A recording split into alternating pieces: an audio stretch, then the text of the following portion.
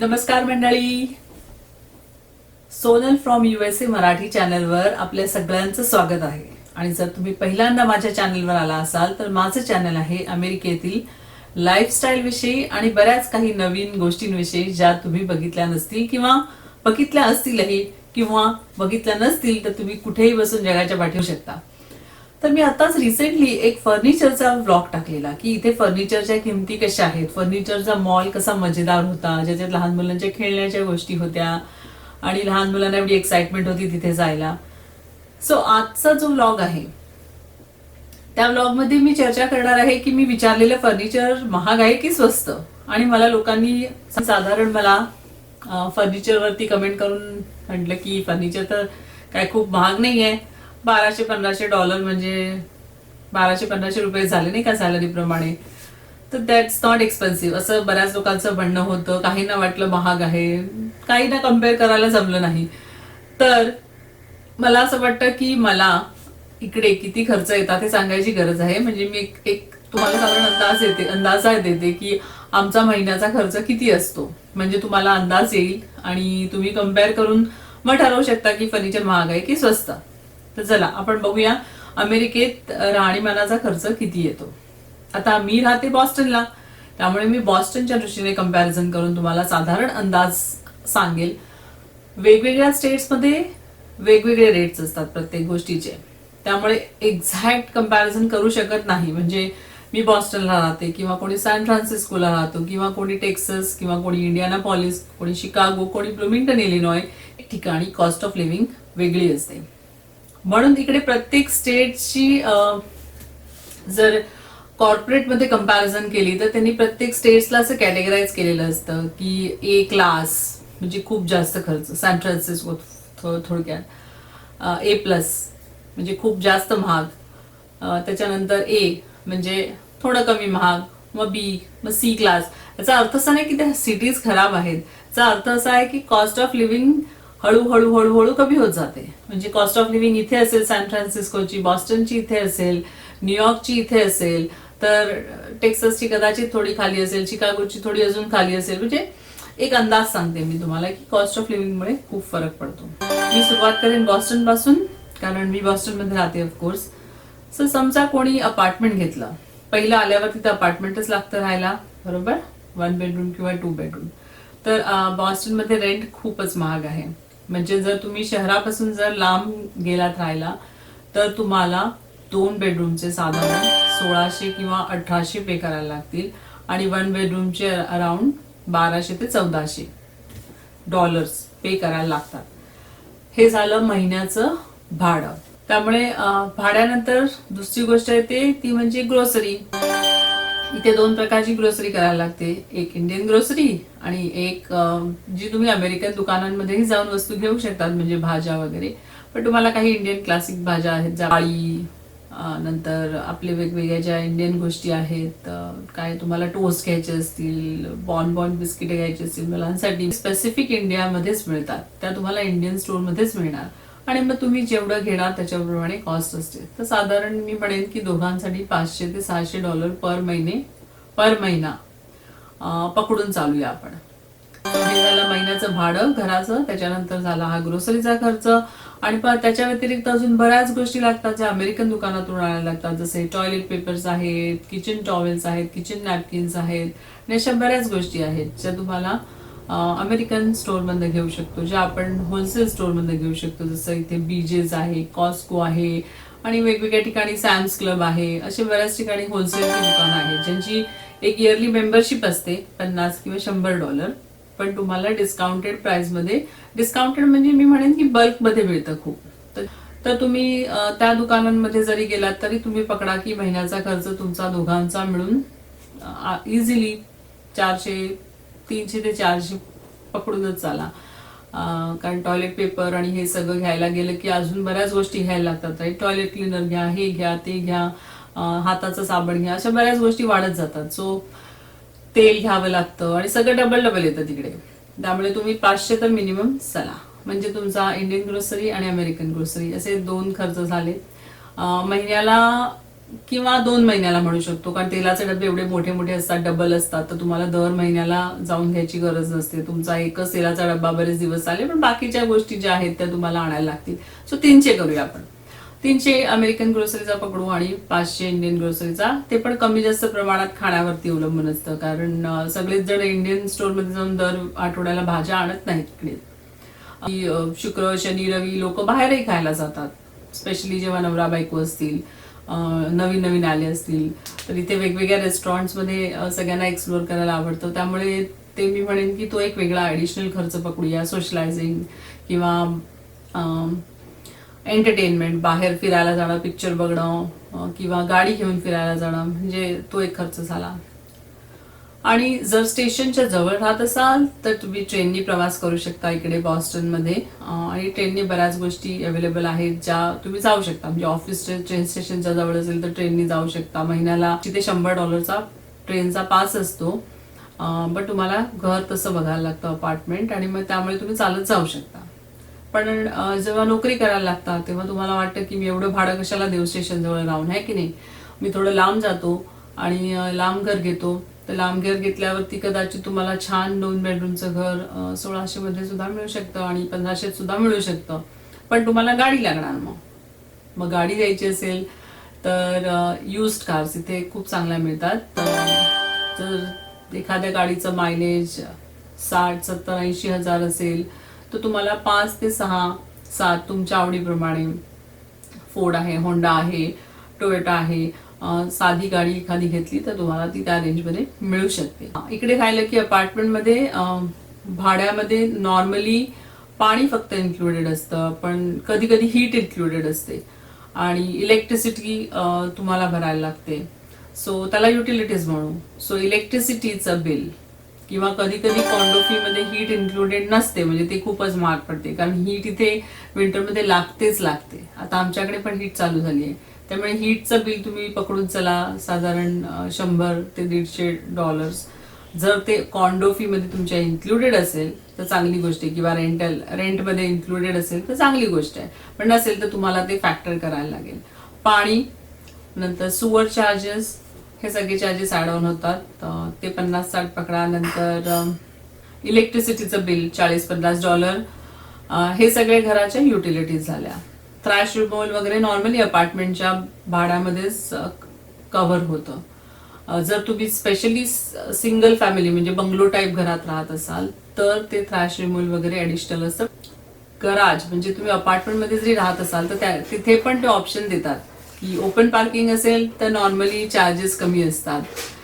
काही ठिकाणी अपार्टमेंटना free parking असतं, काही ठिकाणी नसतं, मग त्याचा चार्ज असू शकतो महिन्याला. एका गाडीचा $15. कवर्ड असेल गराज तर कवर्ड गराजचा वेगळा चार्ज असू शकतो $20. तसे वेगवेगळे चार्जेस असतात अपार्टमेंट प्रमाणे. मी कव्हर केलं अकोमोडेशन, भाड्याचं घर, नंतर युटिलिटीज कव्हर केल्या, मी ग्रोसरी कव्हर केली, इंडियन ग्रोसरी, नंतर अमेरिकन ग्रोसरी, नंतर बाहेर फिरायला जाणं, खाणं पिणं ह्याचा खर्च पकडा.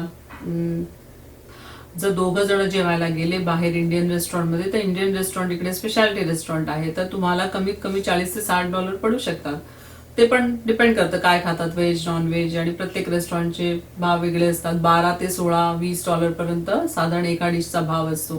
सो त्याप्रमाणे $50 ते $60. जर तुम्ही दर आठवड्याला खाणार असाल तर मग तुम्ही तसे 100-200 अजून ऍड करा, जे फक्त रेस्टॉरंटमध्ये खाण्यासाठी तुमचे जातील.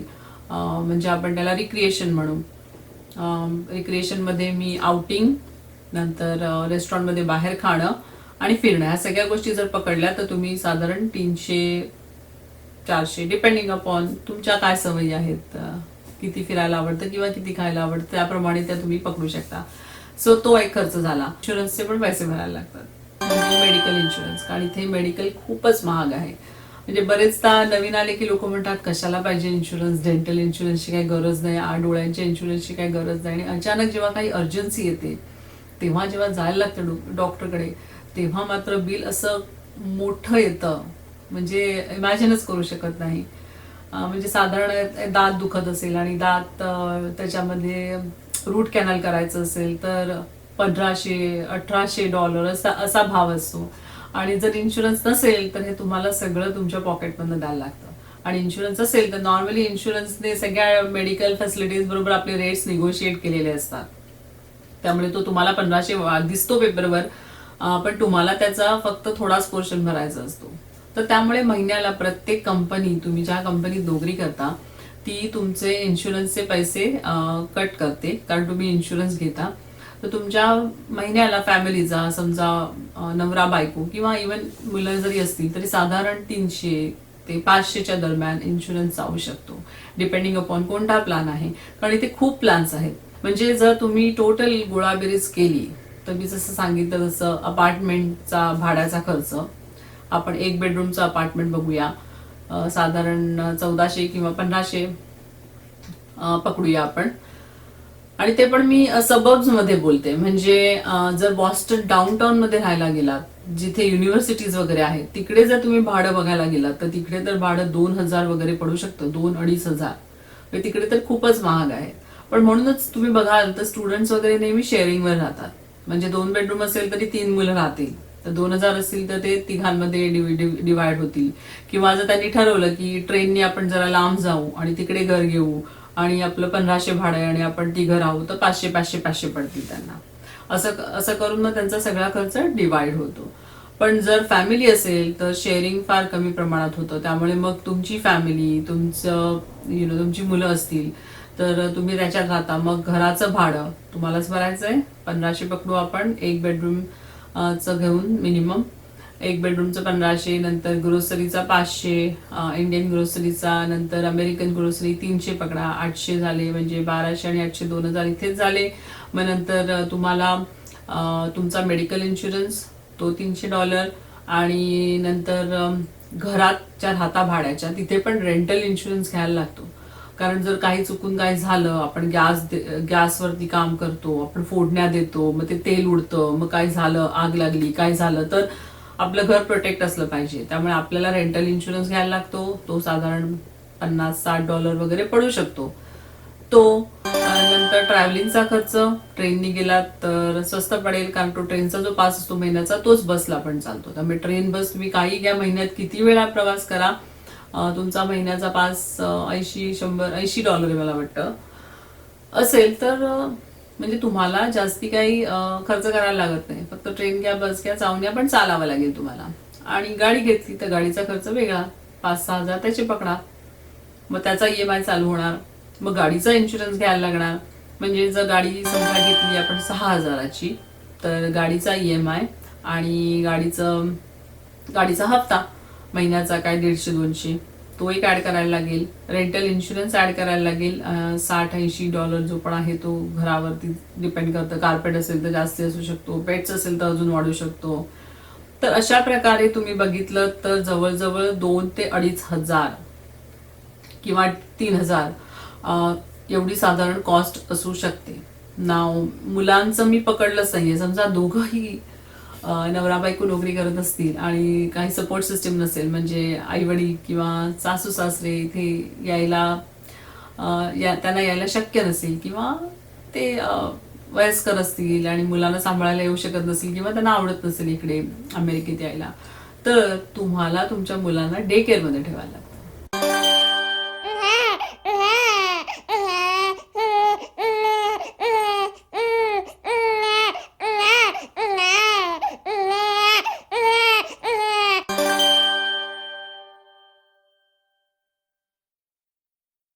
डे केअरची कॉस्ट इथे प्रचंड आहे.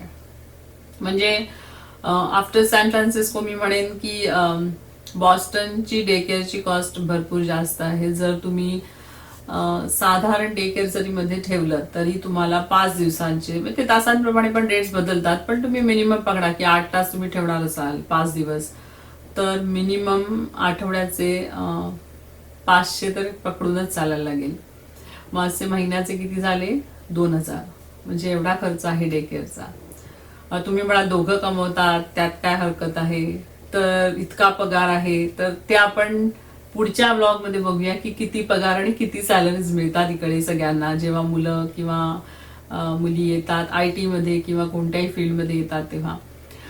आज फक्त खर्चावर चर्चा करूया. तर मी हे तुम्हाला बॉस्टनचं सांगितलं साधारण, आणि 2 व्यक्ती किंवा 3 व्यक्ती किंवा मुलं असतील तर जसं मी तुम्हाला सांगितलं तर डे केअरची कॉस्ट ऍड होऊ शकते किंवा मग मुलांचा खर्च ऍड होऊ शकतो, मुलांचा इन्शुरन्स, नंतर मुलांचे डायपर्स आणि बरेच खर्च असतात. इथे मुलांसाठी बरेच रेग्युलेशन्सही असतात डे केअरमध्ये ठेवताना, की त्यांना असंच बांधायची हे पाहिजे, तसंच पाहिजे, अशीच बॉटल पाहिजे, तसंच पाहिजे, अशा भरपूर गोष्टी असतात. माझी मुलं डे केअरमध्ये गेली आहेत म्हणून मी सांगू शकते. तर त्या सगळ्या गोष्टींचं पालन करायला भरपूर गोष्टी विकत घ्यायला लागतात आपल्याला शाळेसाठी पण. तर तो खर्च झाला.